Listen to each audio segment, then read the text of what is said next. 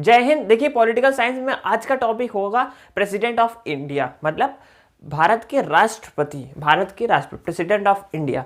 अच्छा, इस विषय में हम ये समझेंगे कि उनके कार्य क्या हैं और उनके अधिकार पावर्स क्या दिए गए, ठीक है। उनके कौन कौन सी शक्तियां उनके पास है, पावर्स क्या है प्रेसिडेंट के पास, ये हम देखेंगे, ठीक है। तो टॉपिक ऊपर हेडिंग डाल के प्रेसिडेंट ऑफ इंडिया लिख देते हैं, प्रेसिडेंट ऑफ इंडिया, ठीक है। ऐसे कॉपी में आप नोट करना, ठीक है, डाल के ऐसे प्रेसिडेंट ऑफ इंडिया। इसके बाद आपको क्या करना है, इस तरीके से आपको एक चार्ट जैसा थोड़ा बना लेना है, ठीक है। और इसमें कुछ कुल मिलाकर ऐसे 5 6 7 जो मैं बता रहा हूँ ऐसे करके पार्ट कर लेने हैं, आपको आइडिया थोड़ा आसानी होगा याद करने में, ठीक है। क्या होगा कि सबसे पहले लेजिस्लेटिव लिखना है आपको। लेजिस्लेटिव, इसका क्या मतलब है मैं बता रहा हूँ अभी सबका। लेजिस्लेटिव, ठीक है, और एग्जीक्यूटिव,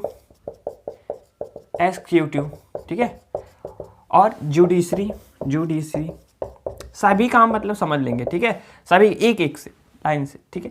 यहाँ पे मिलिट्री लिख ले, मिलिट्री, ठीक है, मिलिट्री, और फाइनेंस लिख सकते हैं। एक यहाँ पे और लिख लीजिएगा इमरजेंसी, ठीक है,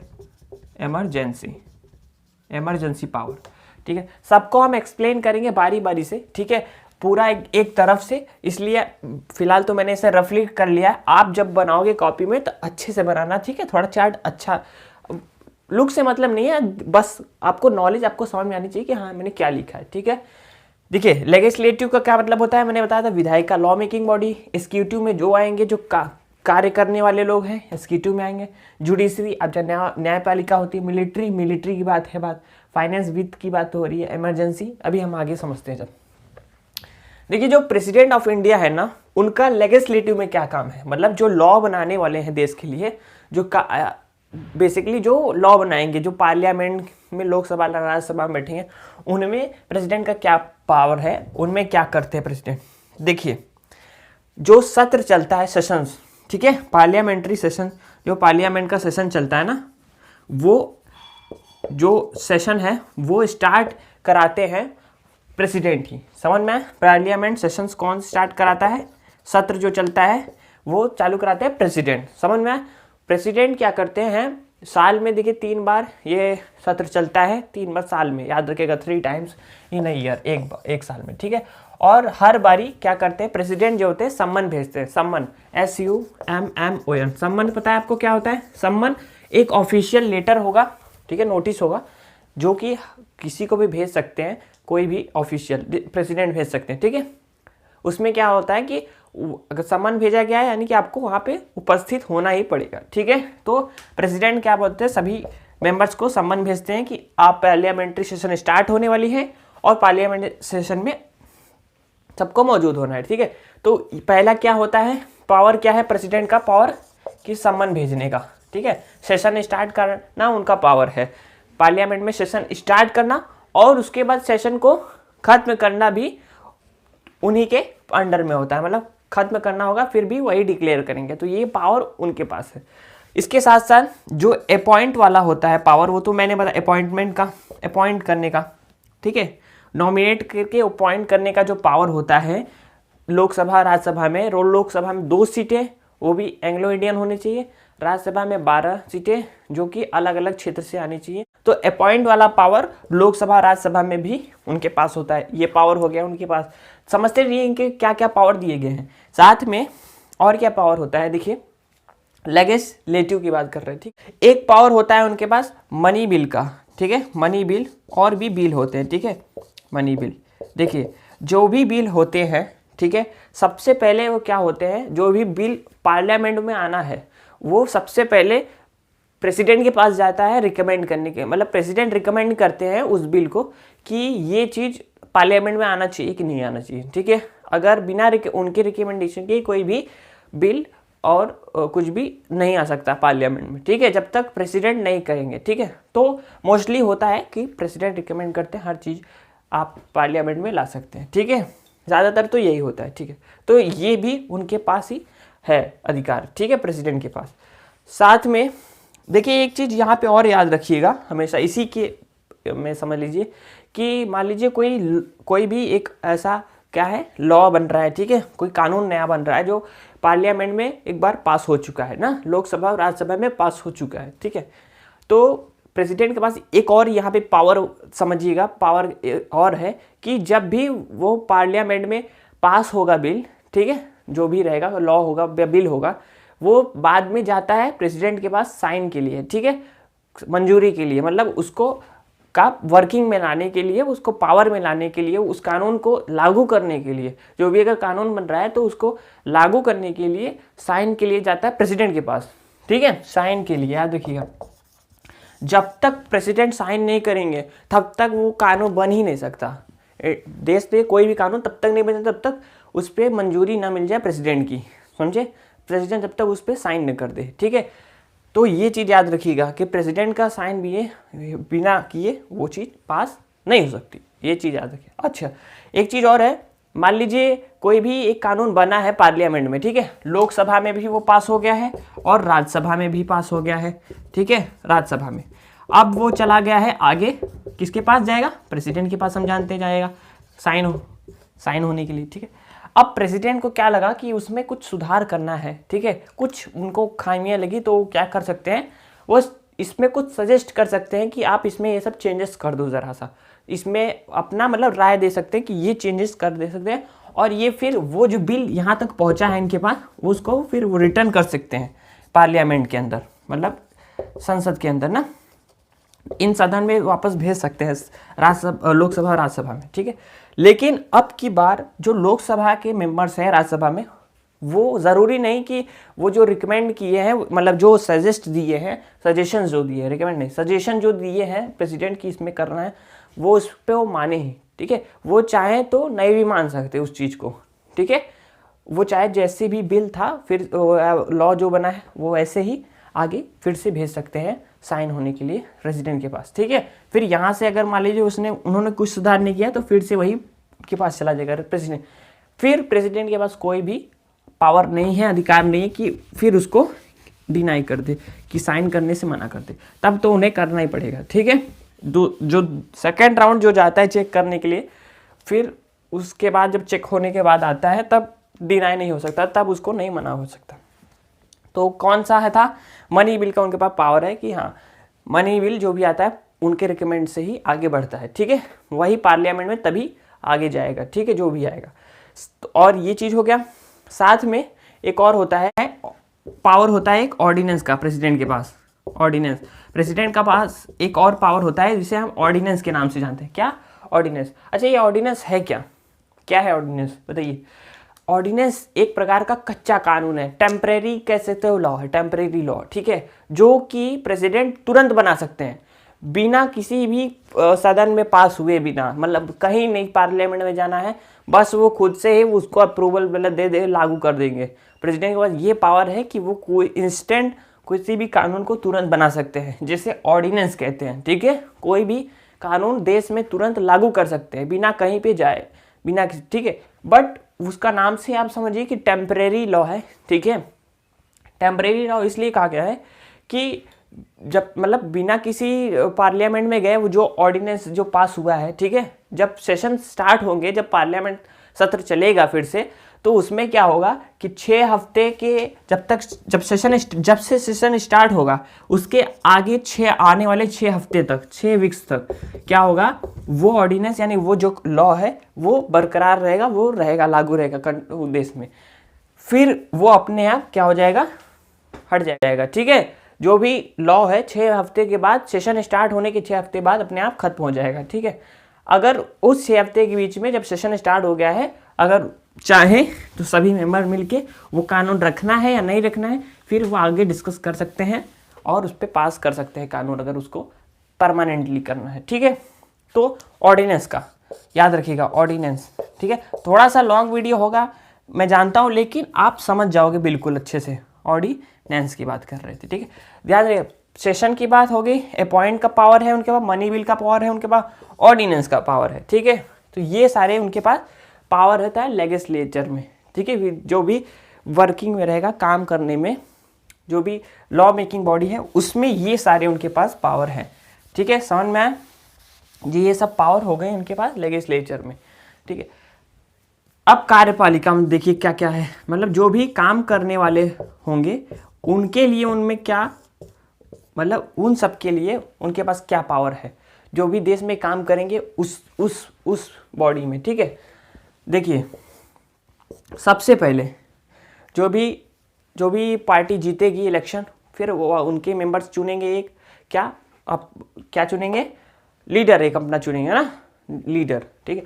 फिर वो क्या कहेंगे, प्रेसिडेंट के पास जाएंगे और प्रेसिडेंट के पास उनको कहेंगे कि हमें इनको बनाना है हमारा प्रधानमंत्री, ठीक है।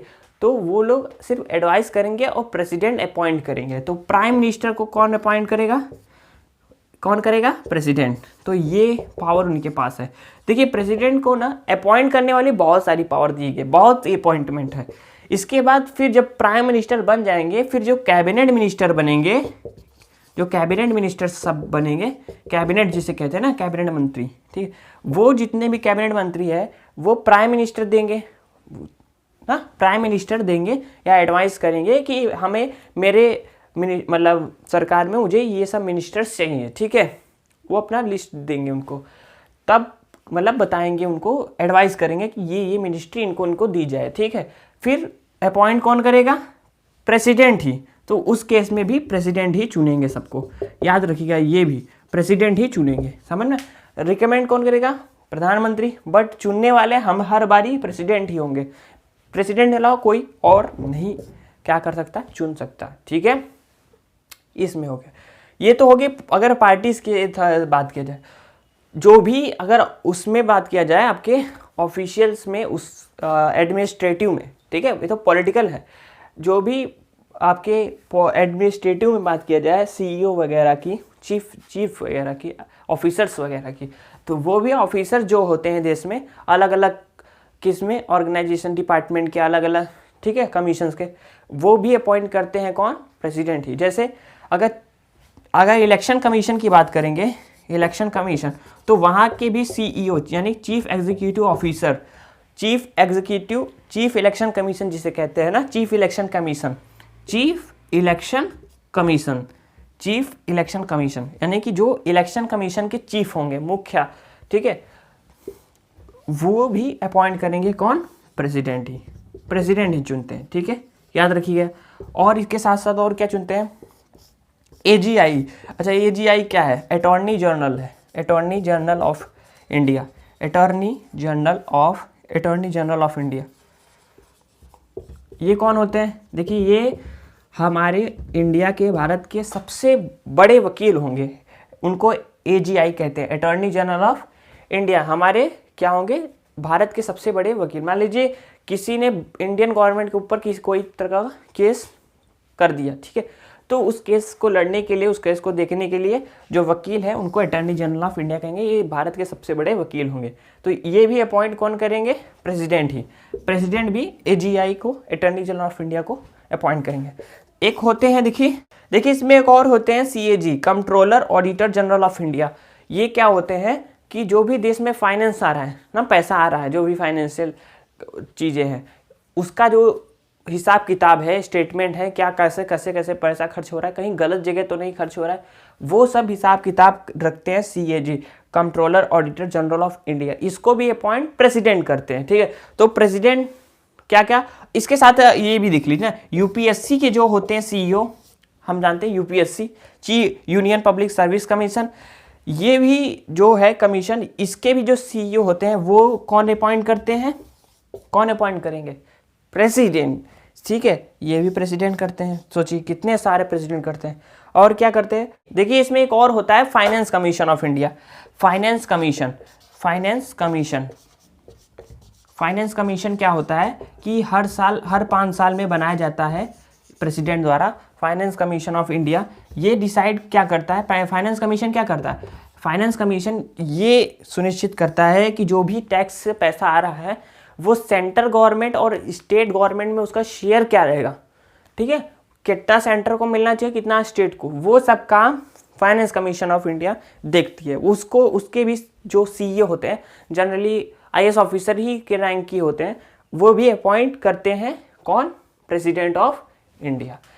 इतने सारे इनके एग्जीक्यूटिव में इनके सारे काम है। सोच लीजिए प्रेसिडेंट का, सब प्रेसिडेंट के ही बोलते हैं, प्रेसिडेंट के पास कुछ है।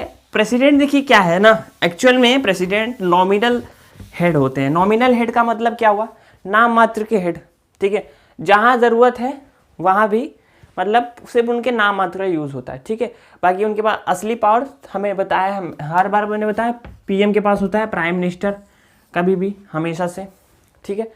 जो भी काम देखिए, जो भी काम कैबिनेट मिनिस्टर्स में अगर मान लीजिए कोई कुछ एडवाइस करते हैं ना, तो जो भी होना रहता है मिनिस्ट्री में, जो भी काम मतलब जैसे इमरजेंसी लगाना है, ठीक है, तो वो कौन बताएगा, वो बताएंगे कैबिनेट मिनिस्टर। जो भी कैबिनेट में है वो सारे मीटिंग करके बताएंगे ना, किसको बताएंगे, प्रेसिडेंट को, कि ऐसा ऐसा बात है, ऐसा करिए।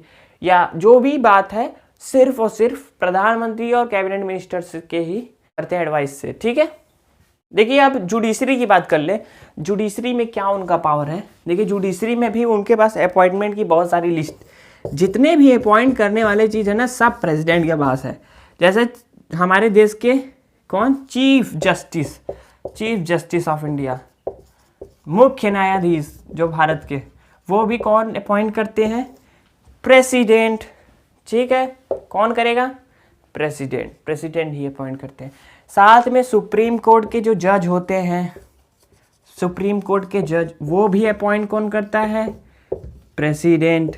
साथ में जो हाई कोर्ट के जो होते हैं जज, वो भी कौन अपॉइंट करते हैं, प्रेसिडेंट। प्रेसिडेंट के बाद देख लीजिए कितनी सारी पावर्स दी गई हैं, मतलब जो भी होता है वो सब यही देखते हैं, ठीक है। जितने भी अपॉइंटमेंट वाली चीज़ होंगी सब उन्हीं के पास होती है, ठीक है। ये चीज़ें हो गई, ठीक है। देखिए यहाँ पे एक चीज़ याद रखिएगा, मैंने बताया कि जो भी सुप्रीम कोर्ट के जज होंगे, चीफ जस्टिस ऑफ इंडिया होंगे, या हाई कोर्ट के जो जज होंगे, वो अपॉइंट प्रेसिडेंट करेंगे।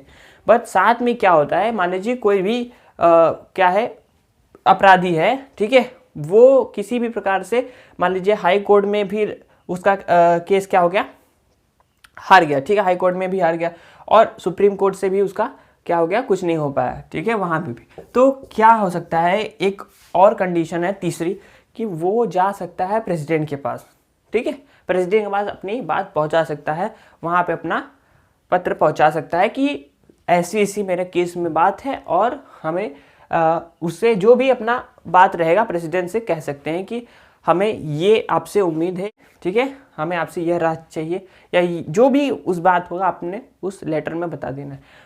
प्रेसिडेंट फिर उस आपके केस को पढ़ेंगे, फाइल को पढ़ेंगे, और हो सकता है उसमें अगर कुछ उनको समझ में आता है, उस हिसाब से ये पावर दिया गया है प्रेसिडेंट के पास कि वो चाहे तो उस प्रिजनर को, ठीक है, वो जो अपराधी को क्या करें, माफ़ कर सकते हैं, उसकी जो मतलब जो बाइज्जत बरी कर सकते हैं, और जो भी उसका रहेगा उसके ऊपर जो भी दंड किया गया है ना, वो भी कम करा सकते हैं, ठीक है, जो भी उसके ऊपर आरोप है वो भी कम करा सकते हैं। साथ में जो सज़ा दी गई है शायद तो कम हो जाएगा, या तो माफ़ करा सकते हैं, और या फिर एक और हो सकता है कि थोड़ा टाल सकते हैं, मतलब कुछ दिन के लिए डिले कर सकते हैं। तो ये सब चीज़ वो प्रेसिडेंट कर सकते हैं, ठीक है, ये प्रेसिडेंट के पास ये सब पावर है। तो ये चीज़ याद रखिएगा कि जब भी कोई हाई कोर्ट, सुप्रीम कोर्ट में न्याय नहीं पाता, तो फिर वो लास्ट जो अंतिम दरवाज़ा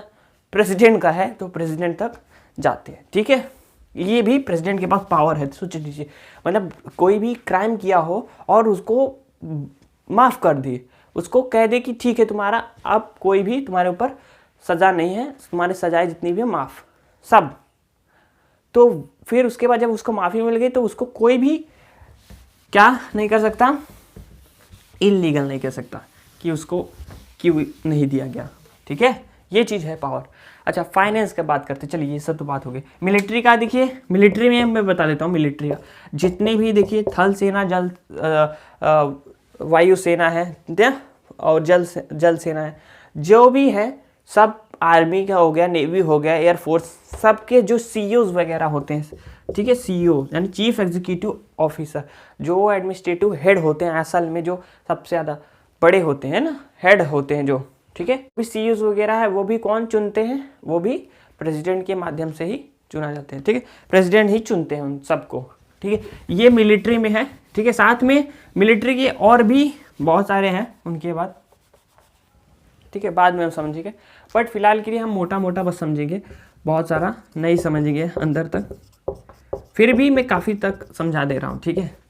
फाइनेंस का मैं बता रहा हूँ, जैसे फाइनेंस क्या होता है, जो भी हमारा एनुअल बजट होता है ना, annual finance statement, annual finance statement कहते हैं, जिसको शॉर्ट में यूनियन बजट कह सकते हो, यूनियन बजट, ठीक है, जिसे हम बजट कहते हैं असल में, ठीक है। Annual financial statement, annual finance statement जिसे यूनियन बजट कहते हैं, यानी कि पूरे साल में जो पैसा खर्च होने वाला है उसका स्टेटमेंट रहेगा कि हम इस साल अपने देश में ये सब काम करेंगे, यहाँ पे इतना इतना पैसा लगने वाला है, तो जिसे यूनियन बजट कहते हैं।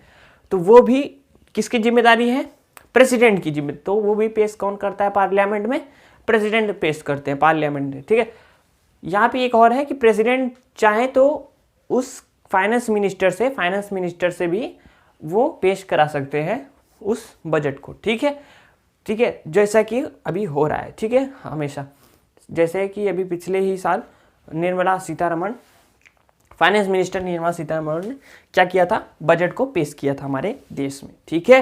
तो फाइनेंस स्टेटमेंट होता है एनुअल, वो भी कौन करता है, ये। साथ में एक और पॉइंट इसी में नोट करिएगा, फाइनेंस जो स्टेटमेंट होता है, फाइनेंस कमीशन जो होता है, सॉरी, सेकेंड जो पॉइंट आप नोट करिएगा प्रेसिडेंट के पावर्स में, कि जो फाइनेंस कमीशन होता है, फाइनेंस